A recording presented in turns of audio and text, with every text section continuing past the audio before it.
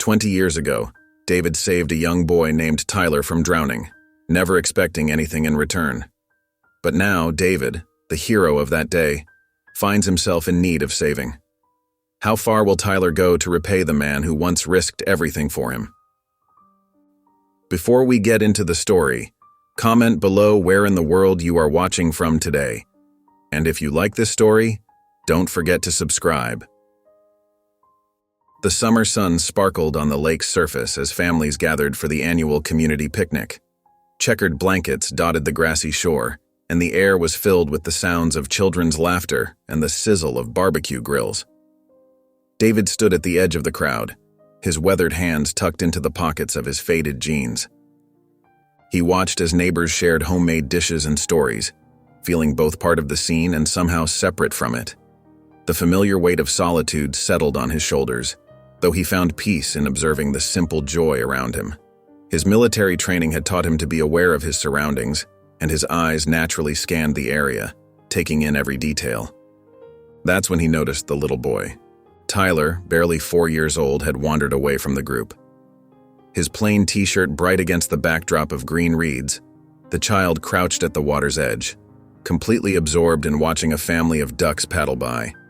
David glanced around, searching for any sign of the boy's mother, but saw only groups of adults deep in conversation, unaware of Tyler's solo adventure.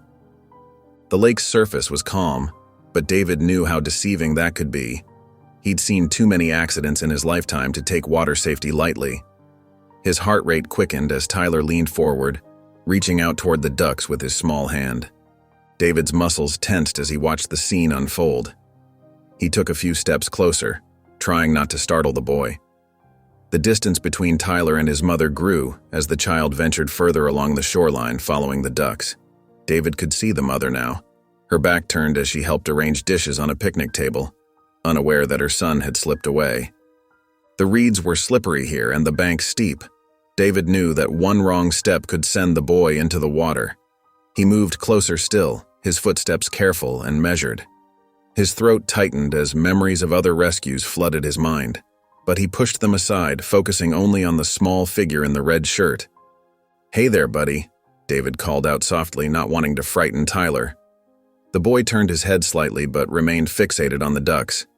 David could see his small shoes sliding slightly on the damp earth, and his heart jumped into his throat. The moment happened in a heartbeat. Tyler's small sneaker slid on the slick mud, and his arms windmilled as he tried to keep his balance. Time seemed to slow as the boy's eyes went wide with surprise, and then he disappeared into the water with a splash that seemed deafening in David's ears. "Tyler!" A woman's scream pierced the peaceful afternoon. Beth, who had finally noticed her son's absence, ran toward the lake's edge, her face contorted with terror. "My baby! Someone help my baby!" The picnic erupted into chaos. People jumped to their feet, gasping and pointing at the ripples where Tyler had vanished. Beth tried to rush into the water, but another woman held her back, knowing she couldn't swim. David didn't hesitate. His body moved on pure instinct, military training kicking in as he stripped off his leather jacket and threw it aside.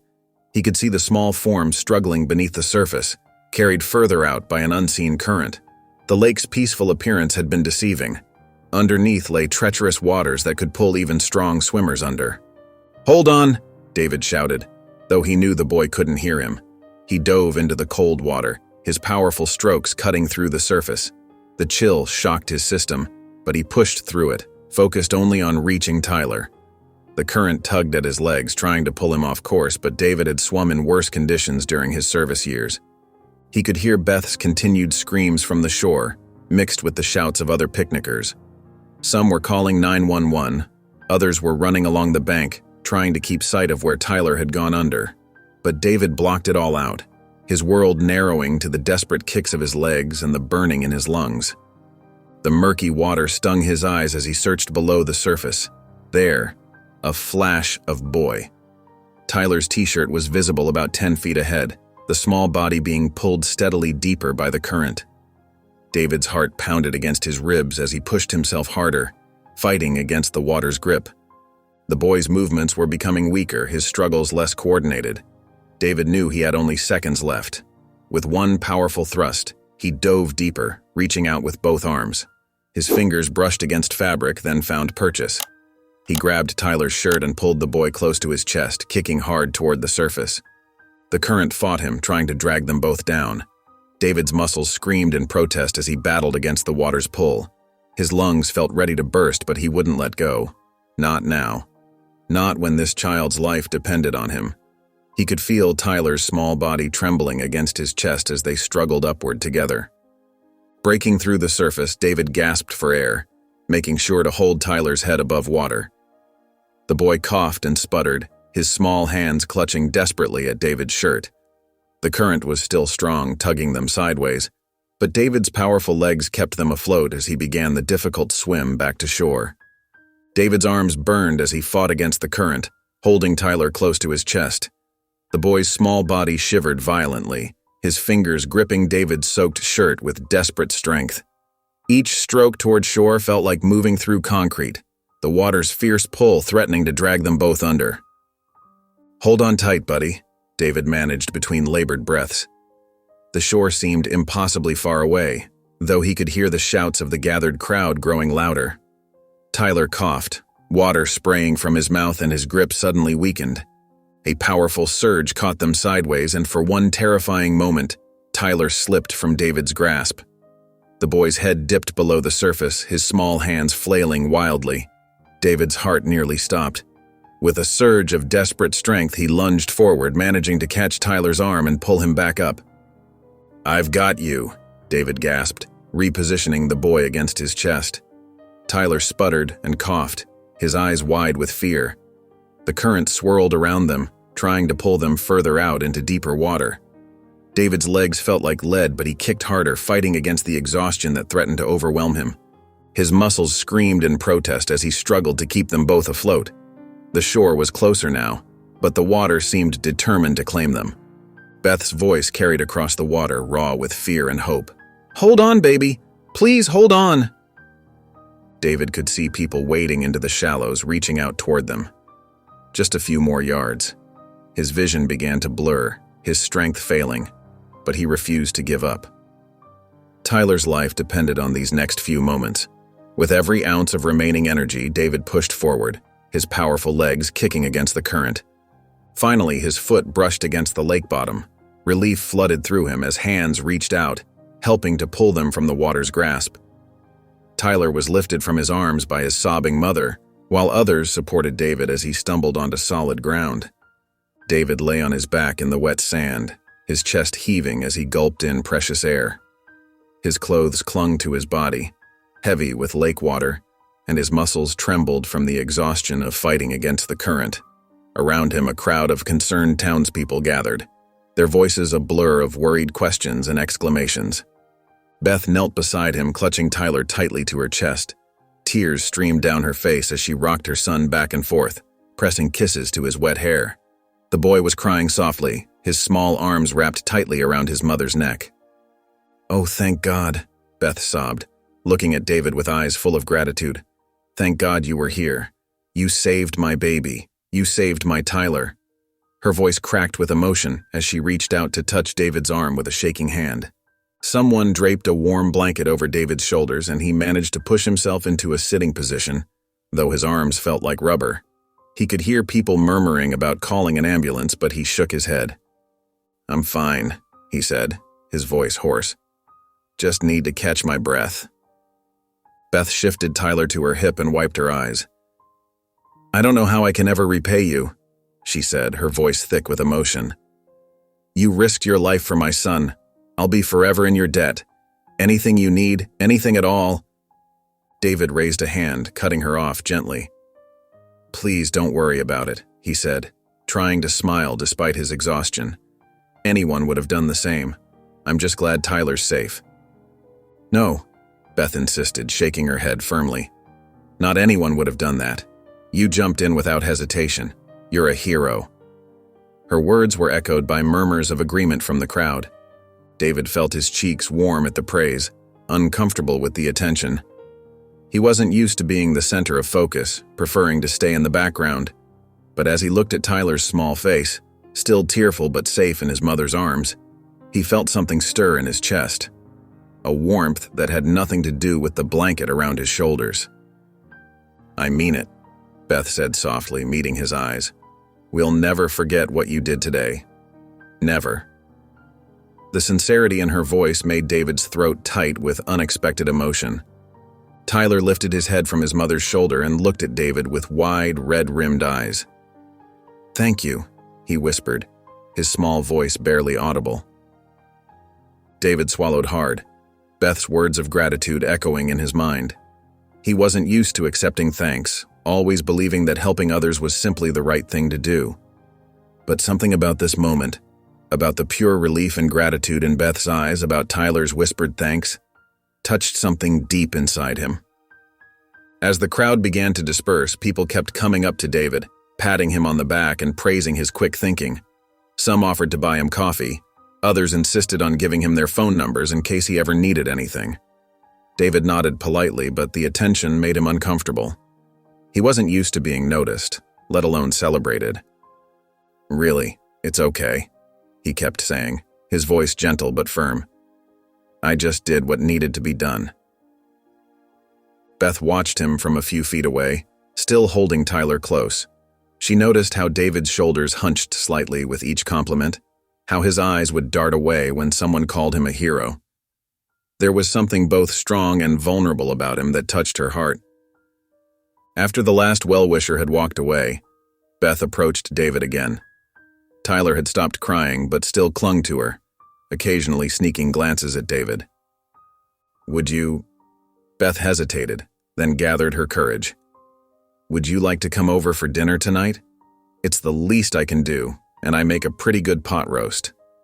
She smiled warmly, hoping he would accept. David shifted uncomfortably, the blanket still wrapped around his shoulders. "That's very kind, but you don't need to—" "Please," Beth interrupted softly. "It would mean a lot to us." Tyler nodded against her shoulder, as if backing up his mother's words. David looked at them both, something stirring in his chest. There was such genuine warmth in Beth's invitation, such innocence in Tyler's shy glances. It had been a long time since anyone had really wanted his company, not out of obligation, but out of genuine desire to connect. David cleared his throat. "I wouldn't want to impose." "You wouldn't be," Beth assured him. "Tyler and I would love to have you."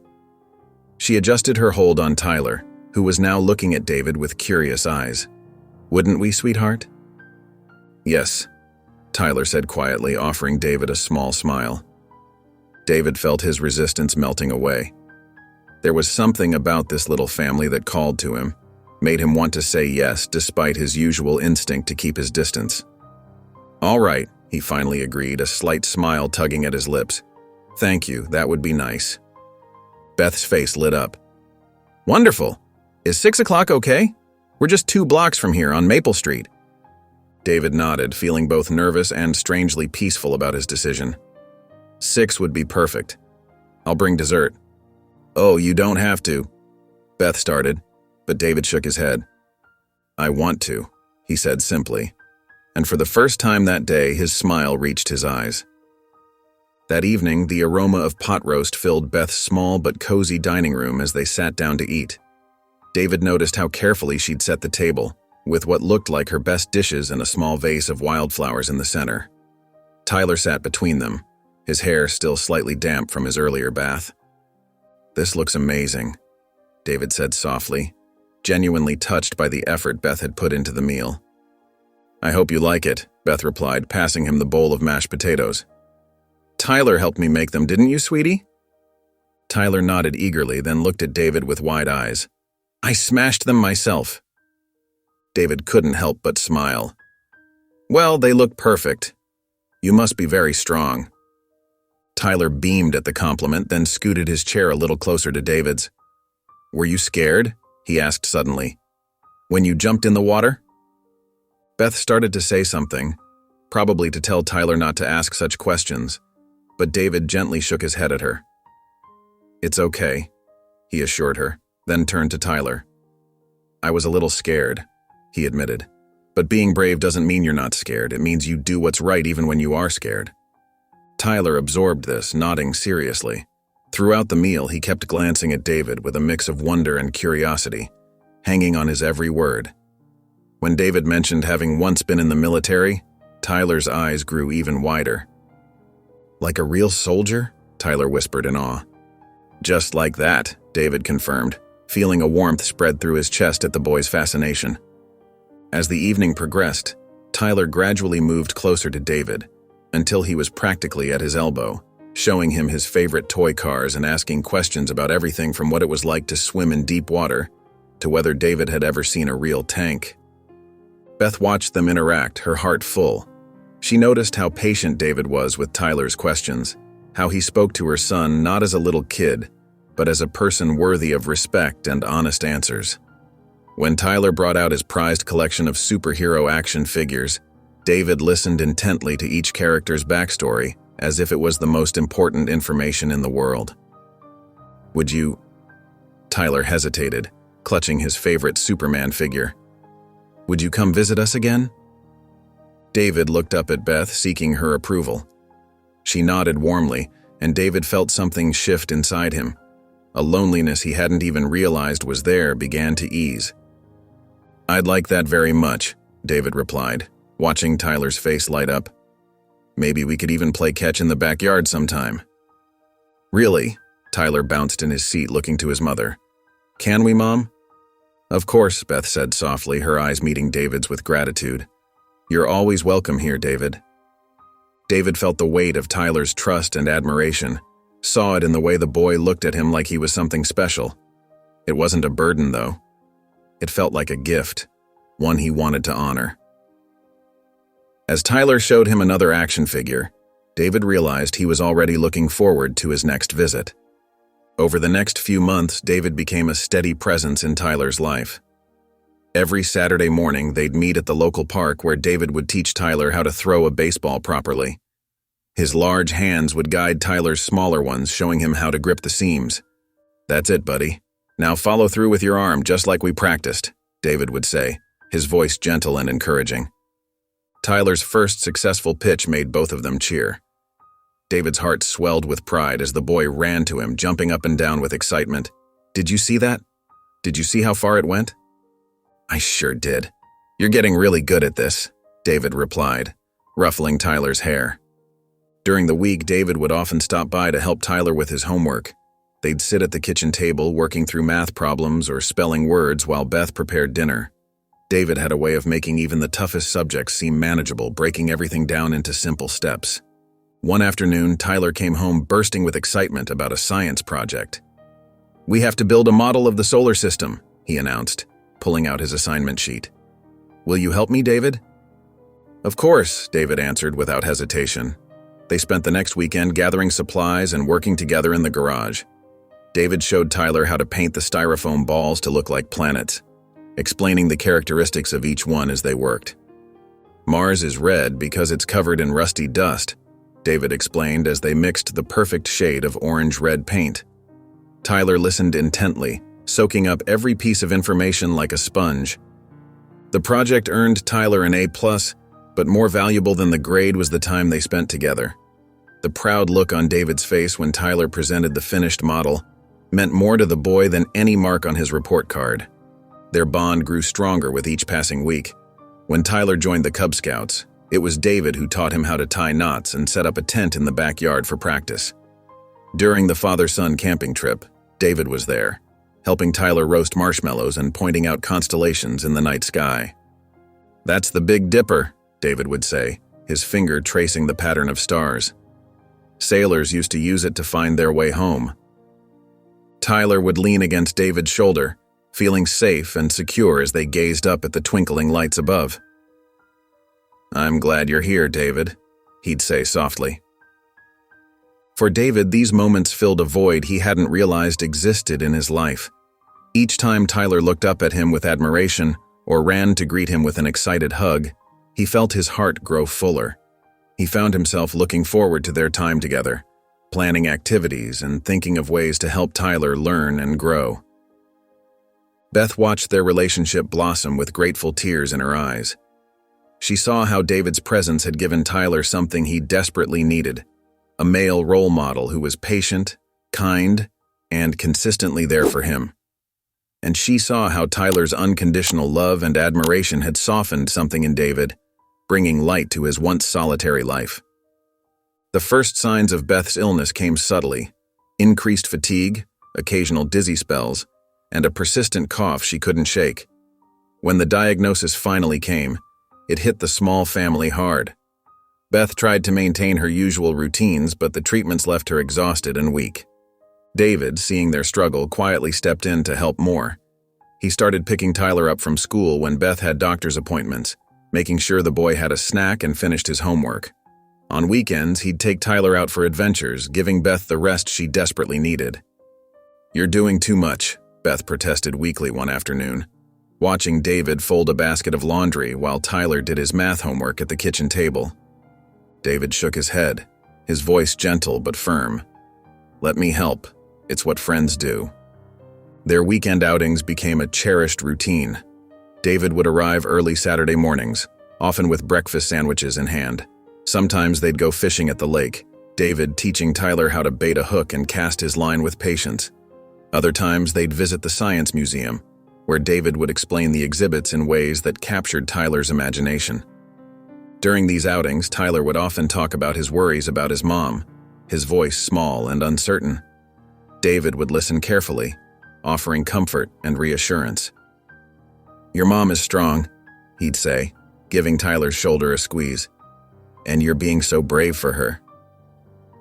One Saturday, while they were building a model airplane together in the park, Tyler looked up at David with tears in his eyes. "I'm scared," he whispered. David set down the airplane parts and pulled Tyler close. "I know, buddy. I know you are." He held the boy as quiet sobs shook his small frame. "But you're not alone. I'm right here with you, every step of the way." Tyler buried his face in David's shirt, clutching it tightly. "Promise you won't leave?" "I promise," David replied, his own eyes growing misty. "I'll always be here for you." As Beth's treatments continued, David became an even more constant presence in their lives. He'd cook meals, help with housework, and most importantly, provide the emotional support both Tyler and Beth needed. Tyler began to look to David not just as a mentor or friend, but as the father figure he'd never had. The change was evident in small ways: the way Tyler would automatically reach for David's hand when crossing the street, how he'd beam with pride when David attended his school events, or how he'd fall asleep against David's shoulder during movie nights. In these moments, David felt the full weight of the trust this young boy placed in him, and he silently vowed to never let Tyler down. One crisp morning, David sat at his kitchen table, staring at the job offer email on his phone. The position was perfect: better pay, benefits, and a chance to finally get ahead financially. But it was in Denver, over 800 miles away. His heart felt heavy as he thought about Tyler and Beth. The next day, he drove to their house, dreading the conversation ahead. Tyler bounded out to greet him with his usual enthusiasm, wrapping his arms around David's waist. "Can we go to the park today?" Tyler asked, his eyes bright with hope. "Actually, buddy, I need to talk to you and your mom about something important."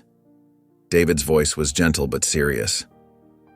In the living room, Beth sat in her favorite armchair, looking better than she had in weeks. The treatments were finally showing positive results. David settled on the couch with Tyler beside him. "I've been offered a job," David began, his throat tight.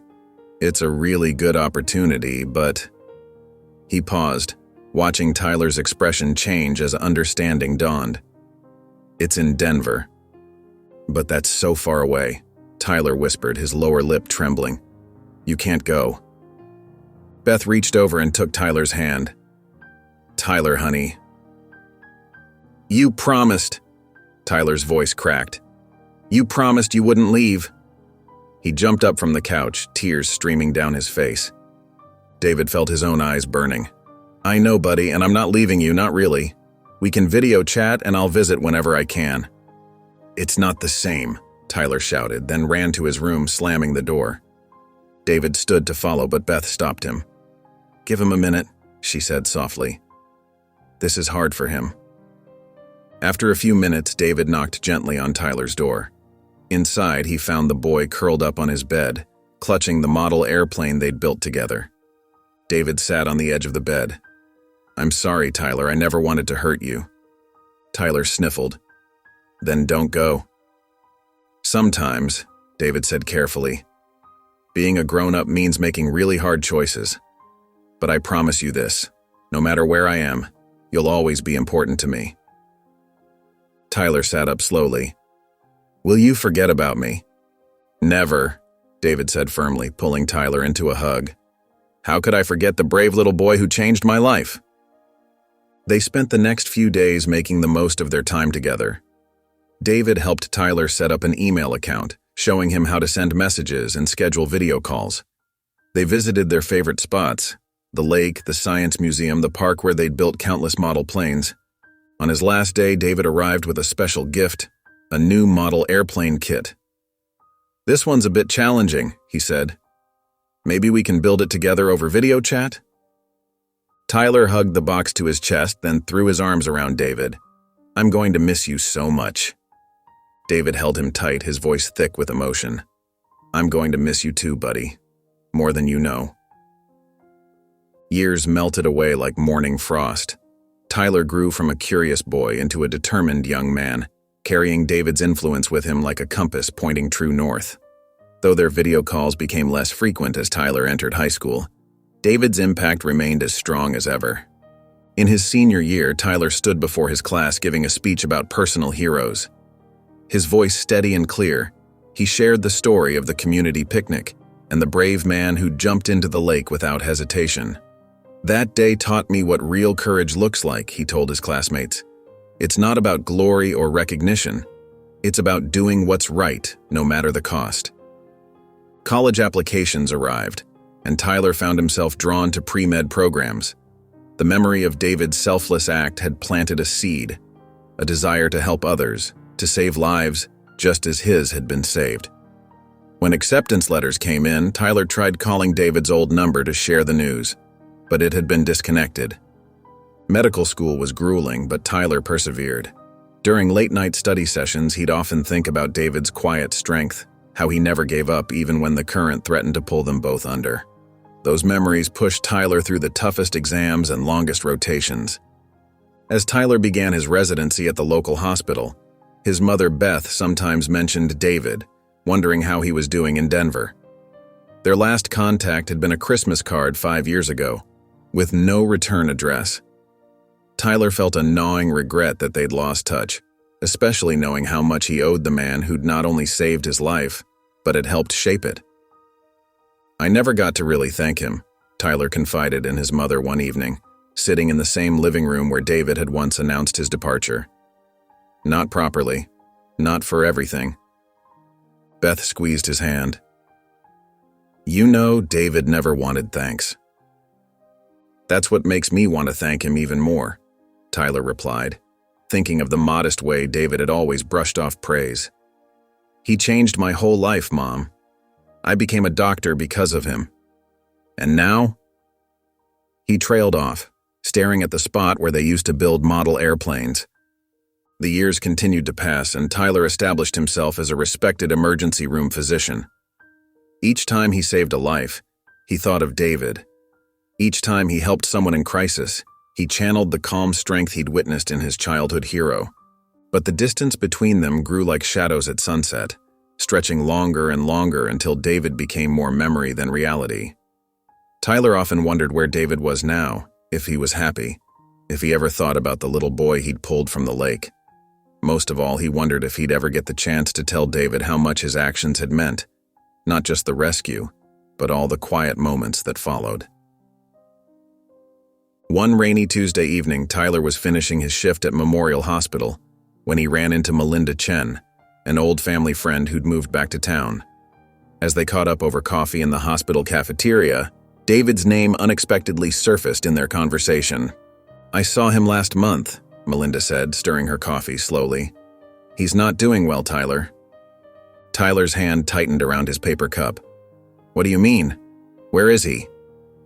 Melinda's expression softened with concern. "He's living in that old veterans housing complex on Pine Street. You know the one?" She paused, choosing her words carefully. The war left deeper scars than anyone knew. PTSD, they say. He barely leaves his apartment these days. Tyler's chest tightened as Melinda continued. He lost his job in Denver a while back. Pride wouldn't let him ask for help, but I hear he's struggling to make ends meet. The news hit Tyler like a physical blow. The image of David, strong, dependable David, living alone and in distress, felt wrong in every way. Memories flooded back. David teaching him to tie proper knots, helping with science projects, showing up to every Little League game. "Which building?" Tyler asked, his voice barely above a whisper. "Building C, I think." "Tyler." Melinda reached across the table. "He might not want help. You know how he is." Tyler nodded, already forming a plan. He never wanted help, even when he deserved it most. He thought of all the times David had deflected praise or refused repayment for his kindness. "But I owe him everything, Sarah. Everything I am today started with him." That night, Tyler couldn't sleep. He tossed and turned, thinking about David alone in that small apartment, battling unseen enemies. The man who jumped into dangerous waters without hesitation to save a child was now drowning in his own struggles. The next morning, Tyler called the hospital to arrange some time off. Then he spent hours researching PTSD support services and financial assistance programs for veterans. His medical connections gave him access to resources David might not know existed. "I have to try, Mom," he told Beth over the phone. "He never gave up on me. I won't give up on him." "Be gentle with him," Beth advised. "Your heart's in the right place, but David's always been proud." Tyler understood the delicacy of the situation. David had been his protector, his mentor, his hero. Now the roles would need to shift, and that wouldn't be easy for either of them. As Tyler drove toward Pine Street the following day, his heart pounded with anticipation and nervousness. The Veterans Housing Complex loomed ahead, a tired-looking brick building that had seen better days. He parked his car and sat there for a moment, gathering his courage. "Time to be brave," he whispered to himself, echoing words David had once told him before a Little League championship game. "Just like you taught me." Tyler stood outside apartment C14, his hand hovering over the worn door. The peeling paint and tarnished numbers seemed to reflect the struggles he'd heard about. Taking a deep breath, he knocked 3 times. Shuffling sounds came from inside, followed by a long pause. When the door finally opened, Tyler's breath caught in his throat. David stood before him, but this wasn't the strong, confident man from his childhood memories. This was someone else entirely. David's once proud shoulders were hunched, his frame thinner than Tyler remembered. Deep circles shadowed his eyes, which darted nervously before settling on Tyler's face. Recognition slowly dawned in those tired eyes. "Tyler?" David's voice was rough, barely above a whisper. "Hi, David." Tyler fought to keep his voice steady, shocked by the dramatic change in his former mentor. The apartment behind David was dim, with drawn curtains and sparse furnishings. A military jacket hung limply on a hook, its metals collecting dust. "What are you—" David cleared his throat, straightening slightly. "What brings you here?" Tyler noticed how David's hand gripped the doorframe, knuckles white with tension. The same hands that had once pulled him from the lake now trembled slightly. A coffee cup on the nearby table showed rings of old coffee stains, suggesting sleepless nights. "I wanted to see you," Tyler said softly. "It's been too long."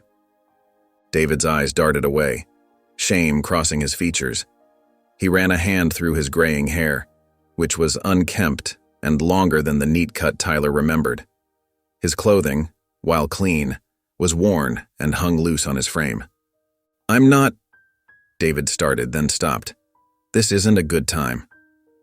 But Tyler could see everything he needed to in that moment.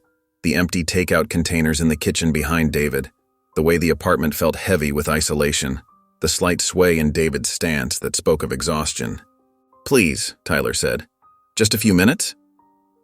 David hesitated, his internal struggle visible on his face. The proud man who had taught Tyler about courage and perseverance now seemed afraid of letting anyone see his vulnerability. his jaw clenched and unclenched, a nervous habit Tyler remembered from years ago. Finally, David stepped back, opening the door wider. The gesture seemed to cost him great effort, as if allowing Tyler into his space meant admitting to how far he had fallen. The contrast between this man and the hero from Tyler's childhood made Tyler's heart ache, but it only strengthened his resolve to help. Inside the dim apartment, Tyler sat on a worn armchair while David remained standing, his posture stiff and defensive. The silence between them felt heavy, broken only by the distant hum of traffic outside. "I heard you left the force," Tyler said carefully, testing the waters. David's jaw tightened. News travels fast in small towns. "I'm doing well now," Tyler continued, his voice gentle. "Working at Memorial Hospital. I could—" He paused, choosing his words carefully. "I'd like to help, David, like you helped me." The change in David's expression was immediate. His shoulders tensed, and a flash of something, hurt, maybe pride, crossed his weathered face. "I didn't help you to get something in return." "I know that," Tyler said quickly, "but you're struggling. I can see it." David turned away, moving to the kitchen counter where he gripped the edge with both hands. "I'm fine," he said, his voice firm but hollow. "Just fine." "The apartment, the bills?" Tyler pressed on, his heart aching at David's obvious distress. "Let me help you get back on your feet. It wouldn't be charity. It would be family helping family." "Family?" David's laugh was bitter. "We're not family, Tyler. I was just someone who happened to be there that day at the lake." The words stung, but Tyler could see through them to the pain beneath. "That's not true, and you know it." "Look," David turned back, his expression hardening. "I appreciate the visit, but I don't need your help. I don't need anyone's help. I've managed just fine on my own all these years." Tyler leaned forward in his chair. "But you don't have to." "I said no." David's voice cracked slightly, betraying the emotion behind his stern facade. "I'm not some charity case for you to fix. I'm not broken." The silence that followed was deafening. Tyler could see David's hands trembling slightly, could read the mixture of shame and determination in his stance. This proud man who had once seemed invincible now fought so hard to maintain the illusion of control. Tyler stood slowly, understanding that pushing harder would only make David retreat further. "Okay," he said softly. "I understand." David's shoulders sagged slightly with relief, but his guard remained up. He moved toward the door, clearly ready for the conversation to end. As Tyler walked to the door, he felt the weight of defeat pressing down on him. But watching David's careful movements, seeing the shadows under his eyes and the way his clothes hung loose, Tyler knew he couldn't give up. There had to be another way to help this man who had given him so much. "Thank you for letting me visit," Tyler said quietly as he stepped into the hallway. David nodded stiffly, already beginning to close the door. "Take care of yourself, Tyler." As the door clicked shut, Tyler stood in the dim hallway, his mind already working on a new plan. David's pride might prevent him from accepting direct help, but Tyler was determined to find another way to reach him. The next morning, Tyler sat at his kitchen table, a notepad in front of him filled with names and phone numbers. His coffee grew cold as he made call after call, reaching out to old neighbors and friends who remembered David from years ago. "Mrs. Henderson, this is Tyler Mitchell, yes, Beth's son," he said into the phone. "I need your help with something important." The elderly woman who had lived next door to them for years listened intently as Tyler explained his plan. By the end of the call, she was eager to help, her voice warm with concern for David. Throughout the week, Tyler orchestrated a subtle network of support. He arranged for Mr. Peterson, the local grocery store owner, to accidentally double David's order and insist he keep the extra food when David tried to return it. Mrs. Henderson started leaving home-cooked meals on David's doorstep, claiming she always made too much for just herself.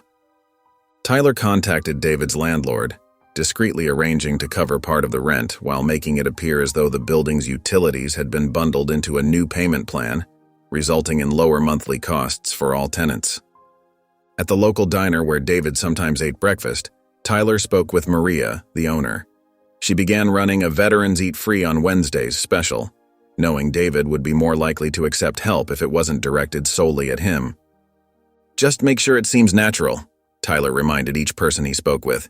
"He can't know this is coordinated."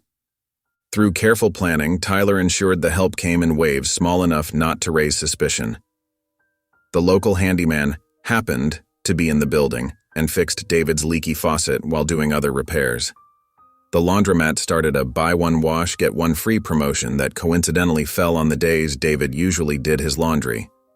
Tyler even reached out to some of David's former military buddies, encouraging them to check in more frequently. These calls gave David something he desperately needed but would never ask for: connection with people who understood his struggles. Each small act of kindness was designed to preserve David's dignity while providing real support. Tyler watched from a distance as his plan unfolded, his heart lifting when he heard through the grapevine that David seemed a little less burdened, a little more willing to accept the community's generosity. "You know what's funny?" Mrs. Henderson told Tyler one afternoon. "Yesterday, I saw David helping old Mr. Roberts with his groceries. First time I've seen him reach out to anyone in months." Tyler smiled, knowing that allowing David to help others was just as important as helping him. It gave David back something he'd lost, the feeling of being needed, of having something valuable to offer. Through this network of quiet support, Tyler hoped to show David what he had shown Tyler all those years ago, that sometimes the greatest strength lies in allowing others to care for you. Tyler stood in the community center, surveying the decorations for what they were calling a hero's recognition. Blue and white streamers hung from the ceiling, and photos from over the years showed David in various moments of kindness, helping at food drives, mentoring kids, and even that fateful day by the lake.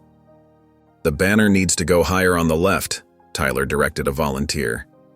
He checked his watch, knowing David would arrive in less than an hour, thinking he was just coming to a small community gathering. People started filtering in, each carrying dishes for the potluck. Mrs. Henderson brought her famous apple pie, while Mr. Peterson arrived with boxes of groceries for the food bank, something he knew David had always supported. "Remember," Tyler addressed the gathered crowd, "David doesn't know this is for him. When he arrives, act like it's just a regular community event." Sarah, a young woman in her 20s, approached Tyler with tears in her eyes. "I had to come," she said softly. 10 years ago, when my car broke down in that snowstorm, David spent 3 hours helping me get it running again. He wouldn't take a penny for it." More stories like this emerged as people gathered. The mechanic who remembered David helping at his shop for free when times were tough. The elderly couple whose roof David had patched during a rainstorm. Each person held a piece of David's legacy of kindness. When David walked through the door, he froze. The community center was packed with familiar faces, many of whom he hadn't seen in years. Before he could retreat, Tyler approached him casually. "David, glad you could make it," Tyler said, leading him into the room. "We're celebrating our town's everyday heroes." David's eyes scanned the room, taking in the photos and familiar faces. His shoulders tensed slightly, but before he could object, little Amy Peterson ran up to him. "Mr. David, remember when you taught me to ride my bike last summer?" she beamed. One by one, people approached David, sharing memories of his kindness. They weren't grand gestures, just small moments where he had touched their lives. David's eyes grew misty as he realized how many lives he had impacted over the years. The mayor stepped forward, holding an envelope. "David, this community wanted to show our appreciation. We've established a veterans support fund in your name at the local bank. It's not charity. It's a way to continue your legacy of helping others." Tyler watched as David's usual resistance to help softened. Here, surrounded by people whose lives he had touched, David couldn't deny the genuine connection and gratitude they felt toward him. For the first time in years, he looked like the strong, confident man who had once pulled a little boy from a lake. The gathering wasn't just about helping David financially. It was about reminding him that he belonged, that he mattered, that his quiet acts of kindness had created ripples through the community that were still felt years later. David stood quietly in a corner of the community center, his weathered hands wrapped around a paper cup of coffee. The steady stream of people approaching him with their stories made his chest tight with emotion. Each memory they shared felt like a small gift, but also like a weight pressing down on him. "Remember when you helped me change my tire in that thunderstorm?" Mrs. Thompson said, her eyes glistening. "You were soaked to the bone, but you wouldn't leave until you knew I was safe." David nodded, swallowing hard. "Anyone would have done the same," he mumbled, his standard response feeling hollow even to his own ears. More townspeople gathered around him, their voices blending together as they shared their stories. Mr. Ramirez from the grocery store recalled how David had spent weekends helping him repair the store's leaky roof. Jenny Martinez, now a high school teacher, remembered how David had tutored her in math when she was struggling. The warmth of their gratitude wrapped around him like a blanket, but David felt exposed, vulnerable. His fingers tightened around the coffee cup as he fought the urge to retreat. The soldier in him wanted to maintain composure, to keep his walls up. Tyler watched from across the room, noting how David's shoulders tensed with each new person who approached. He could see the internal struggle playing across his mentor's face, the desire to accept the community's love, warring with his deep-seated need to remain strong and self-reliant. When Sarah Collins stood up to speak about how David had saved her family's Christmas one year by anonymously paying their heating bill, David's eyes grew moist. He quickly looked down at his coffee, his jaw clenching as he tried to maintain his composure. "I never told anyone it was you," Sarah said softly, "but I knew, and I've never forgotten." David felt a familiar tightening in his chest, the same feeling he got when his memories of war threatened to overwhelm him. But this time, it wasn't fear or pain causing it. It was an overwhelming sense of belonging that he didn't quite know how to handle. He could feel his purpose returning like a distant light growing stronger. These people, their stories, their gratitude, it all meant something. It meant he had made a difference. Yet when someone mentioned setting up a regular support group for local veterans with him as a mentor, David instinctively shook his head.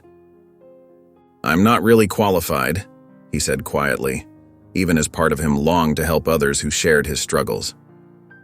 The evening continued, and while David remained in place accepting handshakes and hugs, his body language told the story of his internal conflict. He stood straight and tall, like the soldier he'd always been, but his eyes revealed a man wrestling with the unfamiliar territory of accepting help and support from others. Tyler approached David after the fundraiser, his voice gentle but determined. "There's a veterans coffee meetup at the library on Thursday mornings. Would you come with me? I'd love to hear some of your stories." David shifted uncomfortably. "I don't know, Tyler.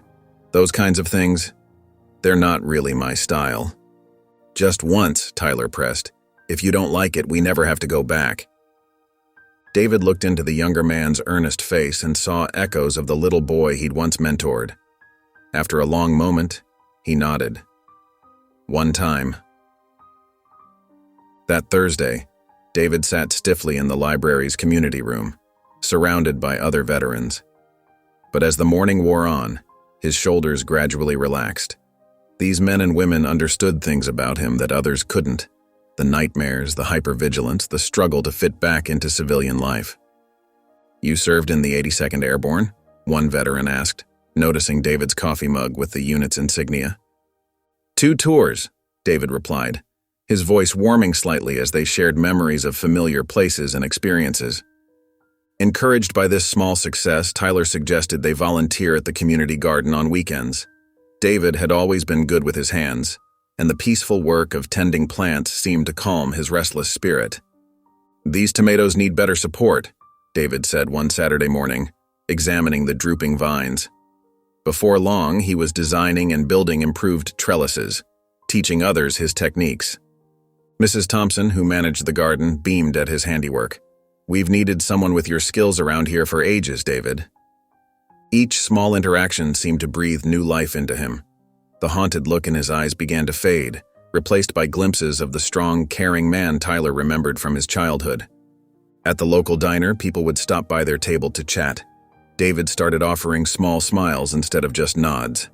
He began sharing stories about his military service. Not the dark memories, but tales of camaraderie and purpose that had shaped him. Tyler watched it all with quiet satisfaction. During one garden session, he observed David patiently teaching a group of kids how to plant seedlings, his face relaxed and engaged. It reminded Tyler of all those years ago, when David had taught him how to build a model airplane, taking time to explain every step. "You know," David said one afternoon as they cleaned up their gardening tools, "I didn't think I needed any of this. Being around people again, I thought it would make things worse." Tyler paused in his work. "And has it?" David looked around at the thriving garden, at the people waving goodbye as they headed home. "No," he admitted softly. "It hasn't."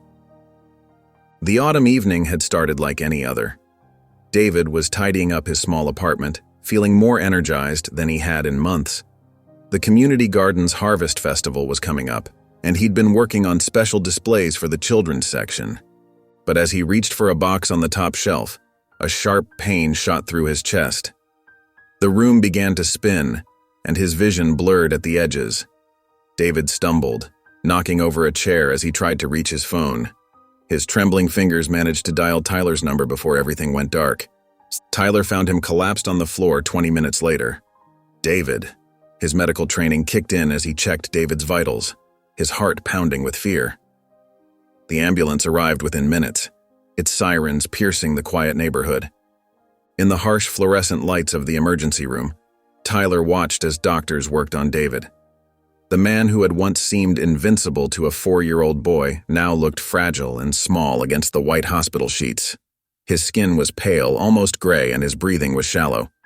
"Severe dehydration, malnutrition, and exhaustion," the doctor explained quietly. "His body's been under significant stress for a long time. Has he been eating properly? Getting enough rest?" Tyler felt his throat tighten. He should have noticed. All those times David had brushed off invitations to dinner, claiming he'd already eaten. The dark circles under his eyes that Tyler had attributed to normal fatigue. The way David's clothes had grown looser, which Tyler had somehow failed to really see. Sitting beside David's hospital bed, Tyler watched the steady rise and fall of his mentor's chest. Memories flooded back. David teaching him to fish, helping with his science projects, showing up to every school play. Yet when David needed help the most, Tyler hadn't recognized the signs. "I should have pushed harder," Tyler whispered, his voice thick with emotion. "I should have checked on you more often, made sure you were taking care of yourself."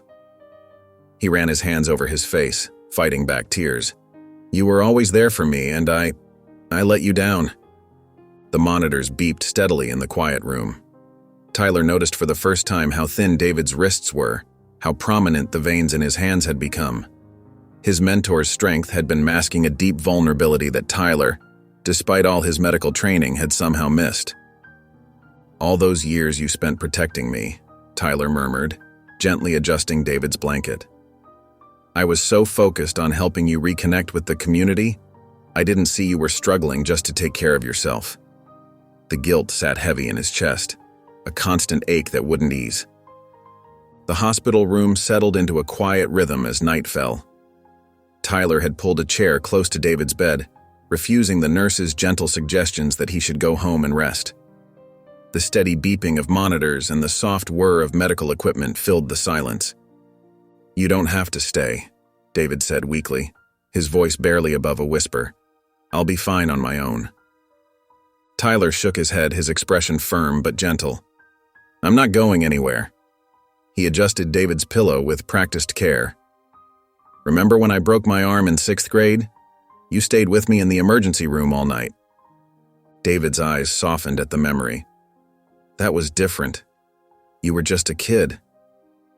"And you were there for me," Tyler replied. "Now it's my turn to be here for you." As the hours passed, David drifted in and out of sleep. Each time he opened his eyes, he found Tyler still there, reading medical charts, speaking quietly with nurses, or simply watching over him. The dedication in Tyler's eyes reminded David of his own protective instincts from years ago. During one lucid moment, David studied Tyler's face in the dim light. The boy he had mentored had grown into a compassionate man, and the realization brought a mix of pride and uncertainty to David's heart. But with that warmth came a gnawing fear, the thought of becoming a burden to someone he had always tried to protect. "Tyler," David started, his voice heavy with concern. "These health issues, they're not going to go away overnight. I don't want to become your responsibility." Tyler looked up from the medical chart he'd been reviewing.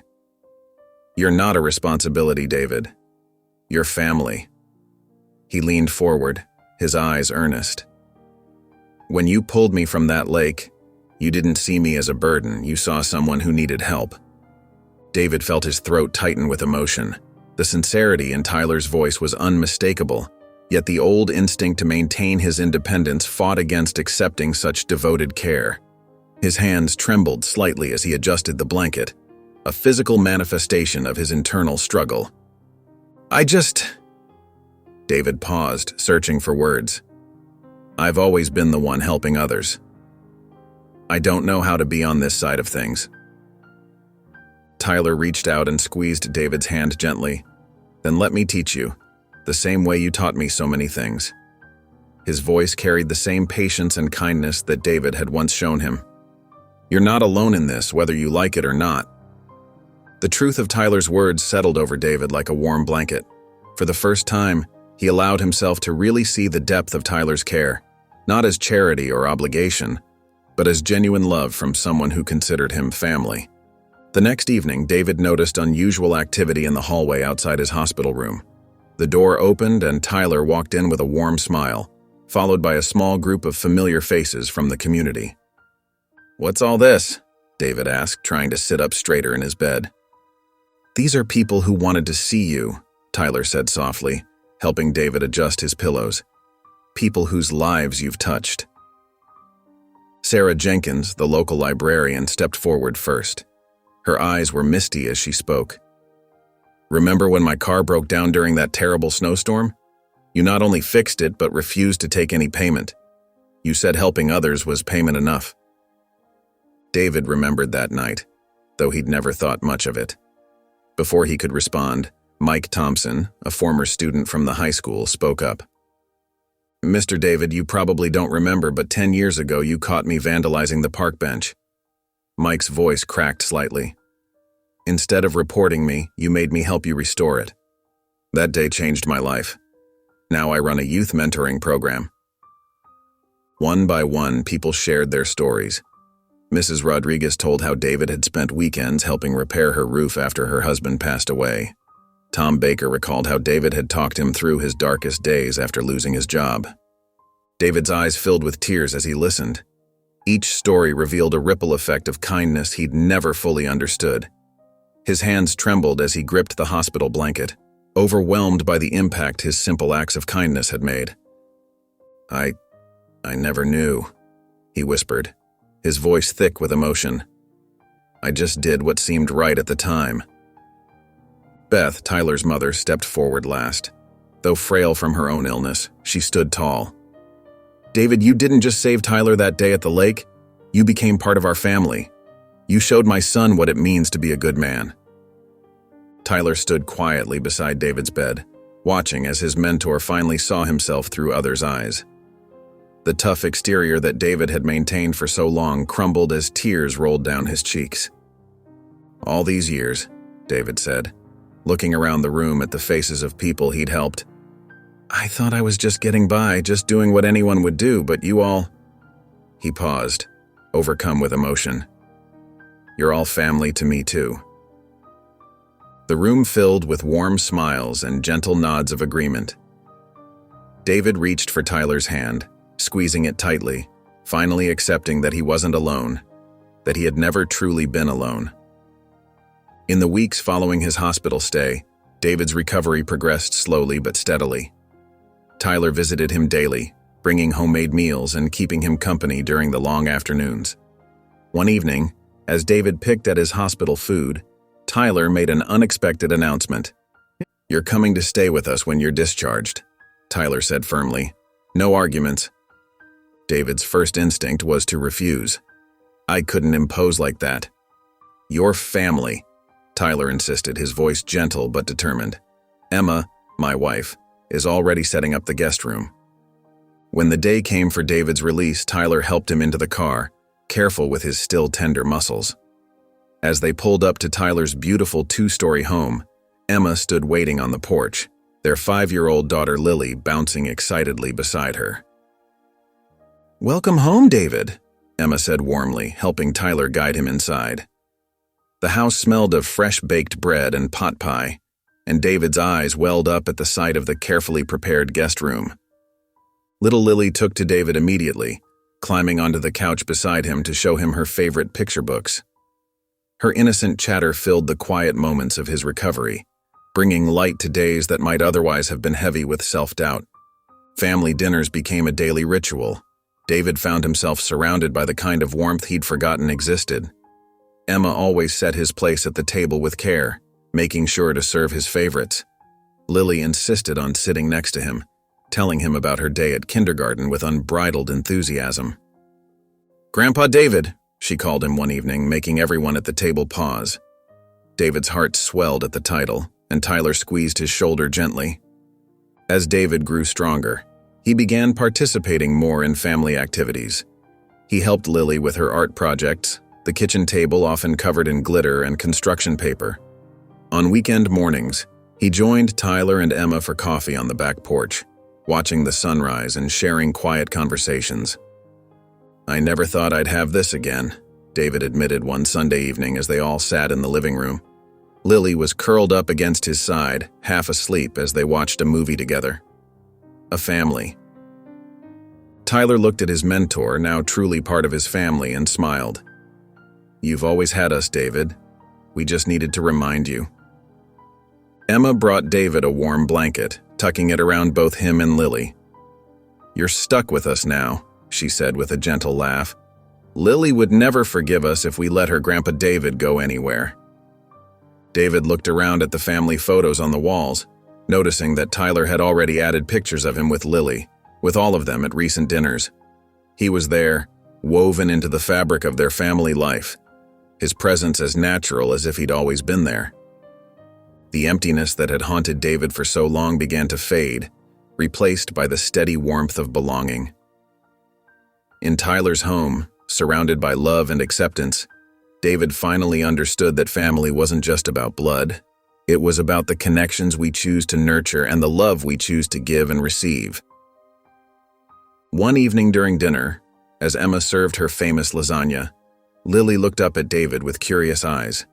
She pushed her fork around her plate, gathering courage before asking the question that had been on her mind. "Grandpa David," she said, her voice small but clear, "Daddy said you saved him when he was little like me. Can you tell me the story?" The table grew quiet. David's hand trembled slightly as he set down his fork. He glanced at Tyler, who nodded encouragingly. "Well," David began, his voice thick with emotion, "your daddy was just about your age. It was a beautiful day by the lake, with lots of families having picnics." Lily scooted her chair closer, her eyes wide with interest. David cleared his throat, fighting to keep his voice steady. "Your daddy was playing near the water's edge when he—" David paused, the memory still vivid after all these years. "When he slipped and fell in." Emma reached across the table and squeezed David's hand as he continued. "I saw him go under, and I just knew I had to get to him. The water was so cold and the current was strong." David's eyes grew misty as he looked at Tyler, now a grown man with his own family. "I can still remember how small he was in my arms as I swam back to shore." "Were you scared?" Lily whispered. "I was," David admitted, wiping at his eyes with his napkin. "But not for myself. I was scared for your daddy. When we finally got to the shore and I heard him breathing." His voice cracked, and he had to stop for a moment. Tyler, seeing David struggle, spoke softly. "What Grandpa David isn't telling you is that he's the bravest man I've ever known." He jumped in without thinking twice about himself. David shook his head, overwhelmed by the memory and its meaning. "I never imagined that day would lead to all of this." He gestured to the family gathered around the table, his voice wavering. "That the little boy I pulled from the water would become such an important part of my life, would give me—" He stopped again, tears now flowing freely down his cheeks. Lily got up from her chair and wrapped her small arms around David's neck. "Don't cry, Grandpa David," she said softly. "Daddy's okay now, and you're here with us." David hugged her back, holding her close as he tried to compose himself. The simple truth in her words, combined with the pure love in her embrace, made his heart feel like it might burst. A few days after the emotional dinner, Tyler stood in his office, finalizing the details for a surprise he'd been planning for weeks. He smiled as he reviewed the proof for the bronze plaque, running his fingers over the raised letters that would soon become a permanent fixture in Memorial Park. The following Saturday, Tyler gathered his family for what he told David was just a casual walk in the park. Lily skipped alongside David, holding his weathered hand and chattering about the butterflies dancing around the flower beds. As they approached the central pavilion, David noticed a small crowd gathering. His steps slowed, and he gave Tyler a questioning look. Tyler just smiled and gently guided him forward. "What's all this about?" David asked, his voice uncertain. Before Tyler could answer, Lily tugged on David's hand. "Look, Grandpa David, there's something shiny on that big rock." There, mounted on a natural stone near the lake where David had saved Tyler all those years ago, was a gleaming bronze plaque. David stepped closer, his eyes widening as he read the inscription, "In honor of the man who saved our own, David Matthews, whose courage and selflessness changed not just one life, but generations to come." David's hand trembled as he reached out to touch the cool metal. Tears welled in his eyes as he traced the letters of his name. Lily, sensing the importance of the moment, stood quietly beside him, her small hand still firmly in his. "Tyler," David whispered, his voice thick with emotion. "I don't know what to say." Tyler stepped forward, placing a hand on David's shoulder. "You don't have to say anything. This plaque isn't just about that one day at the lake. It's about everything you've been to me, to my family, to this community. Your legacy deserves to be remembered." David stood there, overwhelmed by the gesture, as community members who had gathered for the unveiling stepped forward to shake his hand and share their own stories of his kindness over the years. Through it all, Lily refused to let go of his hand, as if anchoring him to this moment of recognition and love. In the weeks following the plaque dedication, David found himself spending more and more time at Tyler's home. Lily quickly took to calling him Grandpa David, a title that brought warmth to his heart every time he heard it. One sunny afternoon, David sat in Tyler's backyard, watching James struggle with his model airplane kit. The boy's frustrated sighs reminded him so much of Tyler at that age. "Need a hand there, buddy?" David asked, easing himself onto the bench beside Lily. James looked up, his face brightening. "Yes, please. The wings won't stay straight." David's weathered hand steadied the model's frame while Lily applied the glue. "You know, your dad used to love building these too, though he had a habit of putting the landing gear on backwards," David chuckled, remembering those afternoons spent with young Tyler. "Really? Dad did that?" Lily giggled, her eyes wide with surprise. "Oh, the stories I could tell you about your father," David said, her eyes twinkling. "Did you know he once tried to build a treehouse all by himself? Ended up with more splinters than boards actually nailed together." As they worked on the airplane, David shared more stories about Tyler's childhood adventures, each tale making Lily laugh and ask for more. David felt a familiar sense of purpose wash over him, the same feeling he'd had while mentoring Tyler all those years ago. Later that evening, as Lily proudly showed off the completed airplane to Tyler, David watched from his favorite armchair. "Grandpa David, will you tell me about the day you saved Daddy?" she asked, settling against his chest. David wrapped his arms around her, feeling the steady beat of her little heart against his own. "Well, sweetheart, it was a beautiful day by the lake, just like the one we had last week." As he shared the story, David noticed Tyler leaning against the doorframe, listening with a gentle smile. In that moment, David realized he'd been given a second chance at family, not just as the hero from an old story, but as a beloved grandfather figure who could pass on his wisdom and love to a new generation. The children's questions and eager faces reminded him of Tyler's childhood curiosity, and David found himself looking forward to each visit, each story, each opportunity to guide and nurture these young minds. It wasn't just about sharing tales from the past, It was about being present for their future, offering the same kind of steady support and gentle guidance he'd once given their father. One afternoon, David sat in the front row of the elementary school auditorium, his chest swelling with pride as he watched Lily take the stage for her 5th grade science fair presentation. The familiar scent of chalk and school supplies brought back memories of helping Tyler with his own projects years ago. "My project is about water safety," Lily announced confidently, her voice clear and strong. "And I'd like to dedicate it to my grandpa David, who saved my daddy's life when he was little." David's eyes grew misty as he glanced at Tyler, who sat beside him. Tyler squeezed David's shoulder gently, both men sharing a moment of quiet understanding. Lily's presentation included detailed diagrams of water currents and safety techniques. She'd interviewed David extensively for the project, hanging on his every word as he'd explained about reading water conditions and the importance of quick thinking in emergencies. When Lily demonstrated proper rescue techniques using her favorite teddy bear, several parents in the audience turned to smile at David. He felt his cheeks flush with humble pride, not just at being recognized, but at seeing how Lily had transformed his experience into something meaningful for her classmates. After the presentation, Lily ran straight to David, her blue ribbon pinned proudly to her chest. "Did you like it, Grandpa David? Did I explain everything right?" David pulled her into a warm hug, his voice thick with emotion. "You did perfectly, sweetheart. I couldn't be prouder." Tyler's wife, Sarah, joined them, camera in hand.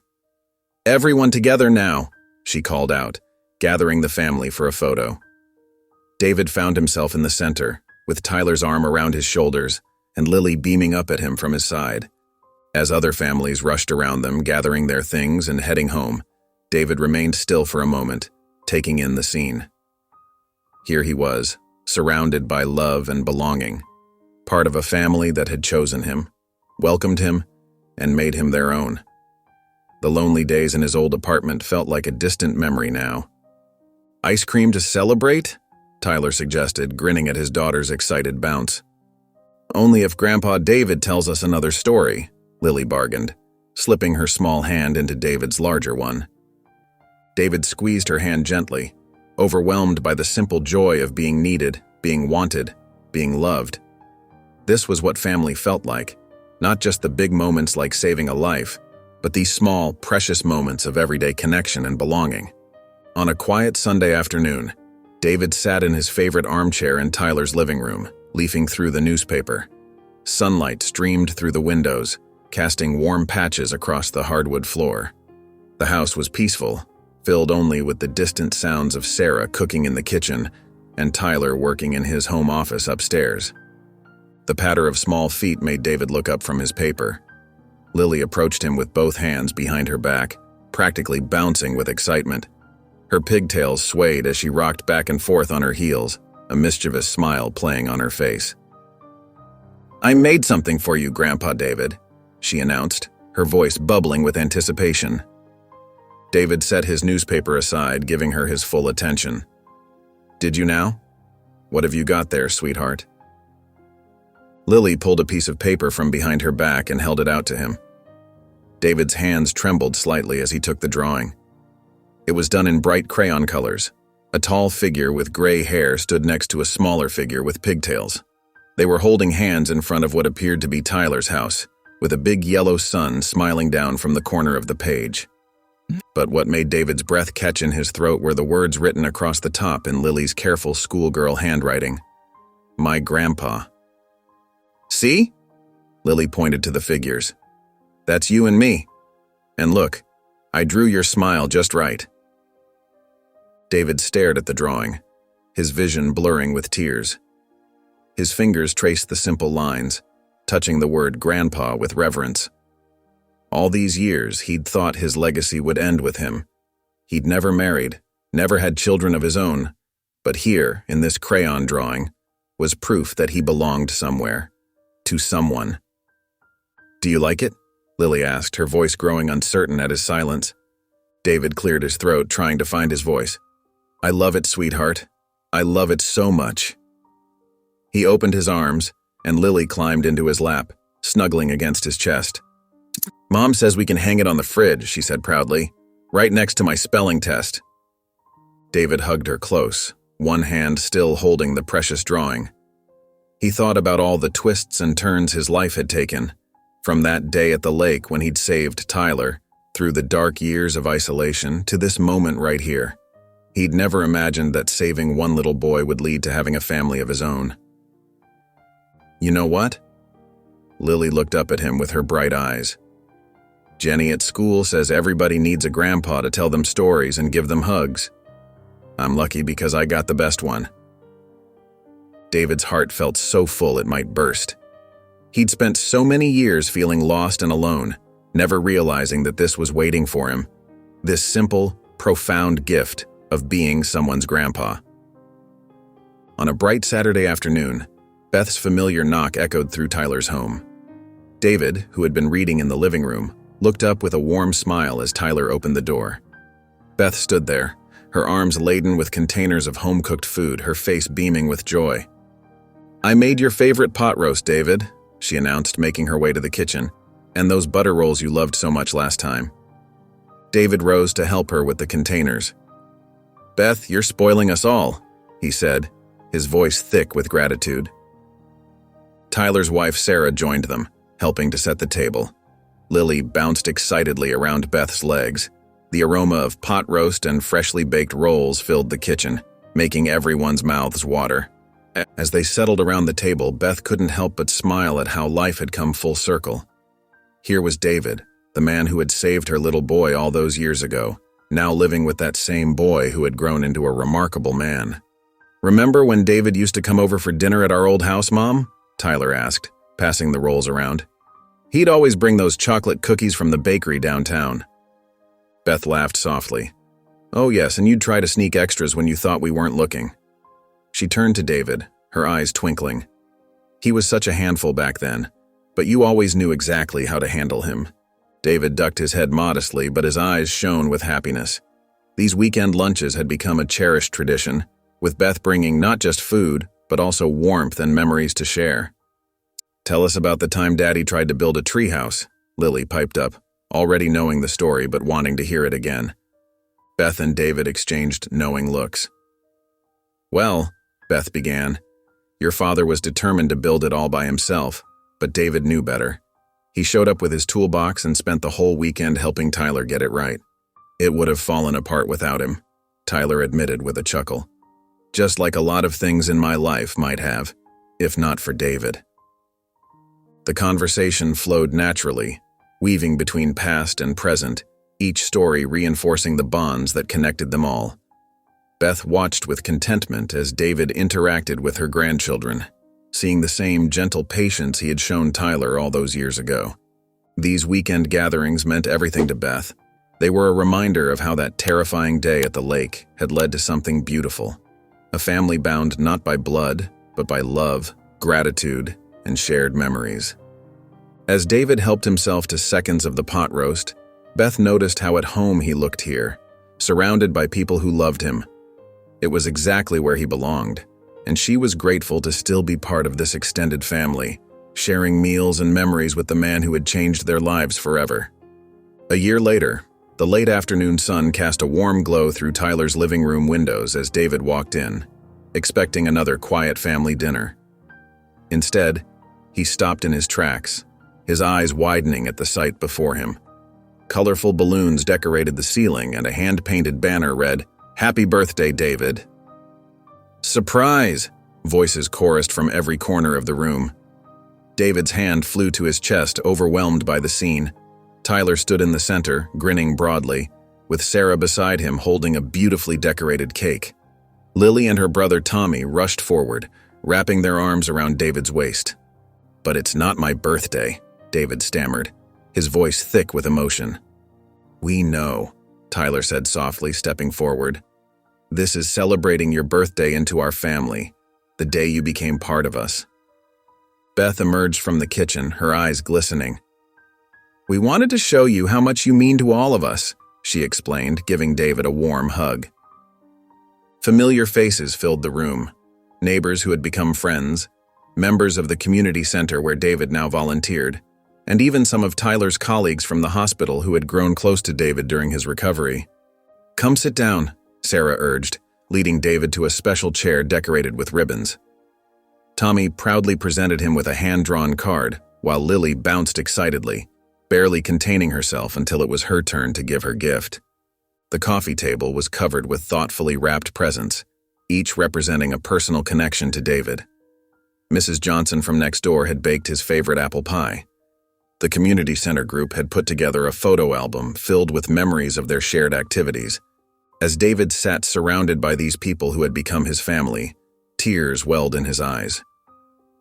Tyler placed a gentle hand on his shoulder, understanding the depth of emotion his mentor was feeling. "Speech!" someone called out, and others joined in encouragingly. David stood slowly, his voice wavering as he began to speak. "I never expected—" He paused, collecting himself. "All these years, I thought I was the one giving help to others. But you've shown me that family isn't just about blood.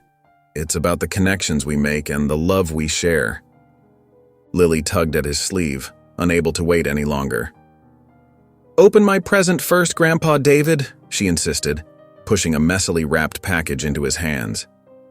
As David carefully unwrapped each gift, the room filled with laughter, stories, and shared memories. The cake was cut, plates were passed around, and the warmth of belonging wrapped around David like a comfortable blanket. Beth watched from across the room as David sat surrounded by his newfound family, his weathered face transformed by joy. The lonely man who had once saved her son had found his own salvation in the very community he had helped build, one act of kindness at a time. As the celebration continued into the evening, David sat back in his chair, watching the scene before him with misty eyes. The warm chatter and laughter filled the room like music. His mind drifted back to that summer day by the lake, the memory as clear as if it had happened yesterday. The panic in Beth's voice, the cold splash of water, and the weight of little Tyler in his arms as he fought against the current. Back then, he'd acted on instinct, never imagining how that single moment would shape the rest of his life.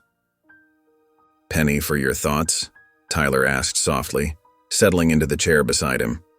David looked at the man Tyler had become, confident, compassionate, successful, and felt a surge of pride. "Just thinking about that day at the lake," David replied, his voice gentle. "I was so alone back then, even if I didn't want to admit it. Never would have guessed that pulling a little boy from the water would lead to all of this." Tyler nodded, understanding filling his eyes. "You didn't just save my life that day, David. You shaped it. Every time you helped me with homework, every piece of advice you gave me, it all mattered." David's chest tightened with emotion as he looked around the room.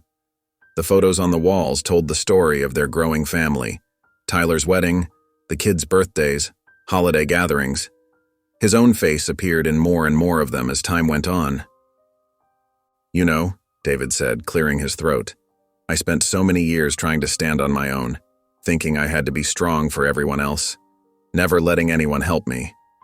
He paused, watching as Sarah showed Lily how to fold a paper airplane. "But here I am, surrounded by more love than I ever thought possible." Beth approached with a fresh slice of cake, overhearing his words. "That's because you gave so much love yourself, David. It was bound to come back to you eventually." David's eyes welled up as he remembered the lonely days in his old apartment, the darkness that had threatened to overwhelm him. Now, looking at the faces of people who had become his family, he realized that saving Tyler hadn't just been about that one heroic moment, it had been his own salvation too. "Grandpa David," Lily called out, running over with her paper airplane. "Will you help me make it fly better?" As David leaned forward to examine her creation, he felt the full weight of how his life had come full circle, from a solitary man driven by duty to a beloved grandfather figure surrounded by family. His journey had been one of learning to accept love as freely as he gave it. The simple act of reaching out to save a child had created ripples that transformed not just Tyler's life, but his own. In helping others, he had found his way home to a family he never knew he needed. David sat in the old wooden rocking chair, its gentle creaking a soothing rhythm as Tyler's daughter Lily nestled against his chest. The evening light filtered through the windows, casting a warm glow across the living room where the family had gathered after the celebration. He watched as Tyler and his wife Sarah cleaned up from the party, working in perfect sync as they always did. "The stars are coming out, Grandpa David," Lily mumbled sleepily, pointing to the window. David's heart swelled at the word grandpa. How strange and wonderful life was, he thought, that a split-second decision to jump into a lake could lead to such profound belonging. The medals and commendations from his military service paled in comparison to the simple trust of this child in his arms. He gazed around the room at the faces of his chosen family. Each one represented a thread in the tapestry of love that had been woven around him, even when he'd tried to push it away. The photos on the walls told their story. Birthdays, holidays, ordinary moments made extraordinary by shared joy. Tyler caught his eye from across the room and smiled knowingly. They didn't need words anymore. The bond between them had grown deeper than mentor and mentee, deeper even than father and son. It was a connection forged in that lake and strengthened through years of shared experiences, mutual respect, and unwavering support. David felt tears well up in his eyes as he realized how complete his life had become. The darkness that had once threatened to consume him seemed distant now, like a half-forgotten nightmare. In its place was this: the warmth of family, the peace of belonging, the quiet joy of being loved not for what he had done, but simply for who he was. Matthew snuggled closer in his sleep, and David pulled the boy's favorite blanket higher around his shoulders. In this simple gesture, he felt the full circle of his journey, from the soldier who had seen too much, to the lonely man by the lake, to this moment, cradling his grandson in the safety of their home. The rocking chair's gentle motion continued as David sat surrounded by the quiet bustle of family life. The wounds of his past had healed, transformed by the love of these people who had refused to let him face life alone. His legacy wasn't just the brave act that had saved Tyler's life. It was in the countless small moments of kindness, the quiet wisdom shared, and the love that now filled every corner of his life. If you enjoyed the story of David and Tyler, I hand-picked this next story that will touch your heart. Please don't miss this one. Click here to watch it.